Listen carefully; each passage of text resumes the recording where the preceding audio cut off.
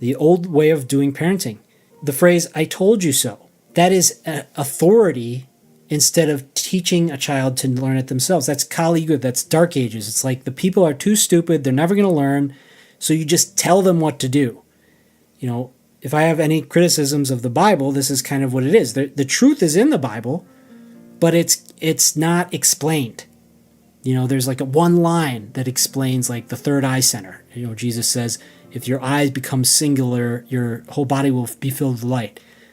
But that one sentence can be expanded into volumes and volumes of books of studies on the third eye and the pineal gland and all this. So the Bible was delivered to a people who didn't understand any of these truths and weren't going to. And so it's kind of an "I told you so" method. Because I said so, right? Taking away the power of the person, of the child.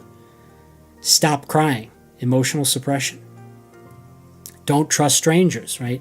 Fear-based living as opposed to, figuring out how to integrate interacting with strangers. I think some of the most fun interactions my children have had is with strangers.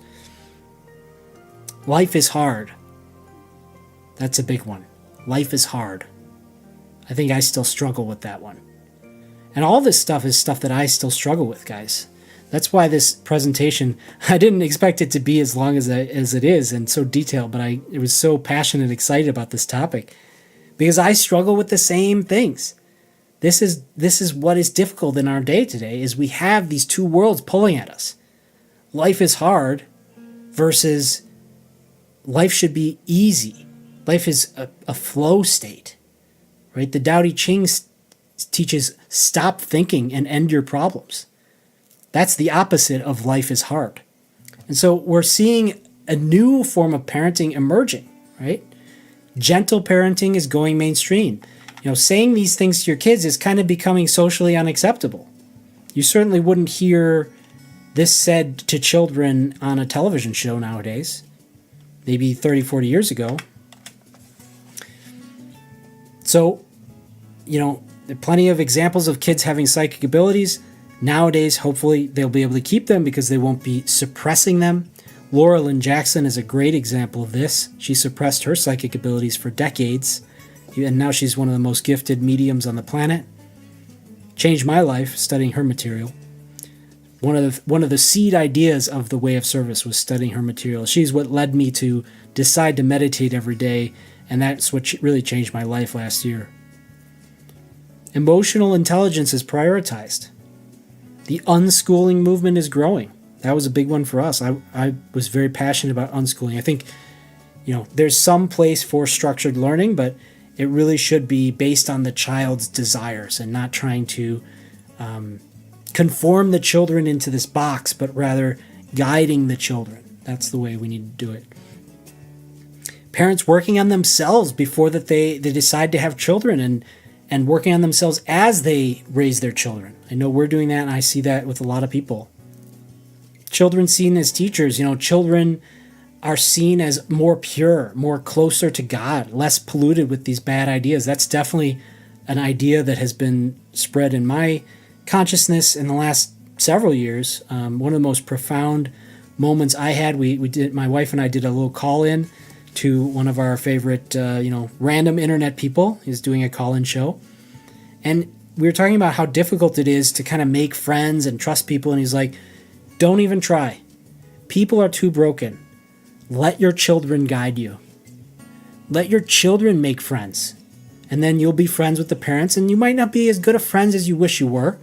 But the fact is the children who are not broken will be the ones to create the true social network that you need and want. That was a very powerful moment for me and my wife. Teaching our children, what does your body tell you, replacing do what I say, right? And amazingly, this quote, my wife and I were just talking about this. The idea of forcing your children to finish eating their plate versus, letting them ask their body what their body wants to eat. How do they feel after they eat this or that? What food does their body want, as opposed to, I'm going to tell you what to eat. It's a very different mentality. So we're raising a generation that trusts themselves. I was talking with my mother this morning, and she mentioned Murphy's Law, and I was like, that is a perfect example of the difference, right? So the Kali Yuga mindset has Murphy's Law. Whatever can go wrong will go wrong. And so you need to focus on shoring up all those dangers and focusing on stopping dangers and, hoarding wealth because you don't know what's going to happen, versus divine law. Whatever needs to work out for my highest good will work out. One creates anxiety and control. One creates trust and flow. To me, this slide is probably the most important slide in the presentation. Can we go from this Murphy's Law mentality, where we're in this scarcity mindset and we don't trust the world, or can we trust God's divine law that whatever's happening is necessary for us and is part of the greater plan? That's the mental switch between the two ages, in my opinion.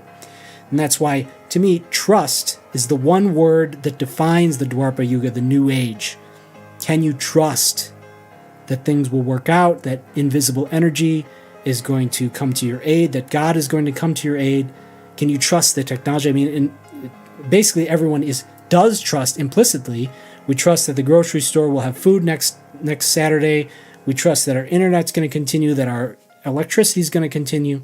So trust is absolutely integrated into our lives, but many people act like it's not. Be sure to hit that like and subscribe button, everybody. Spreads the message.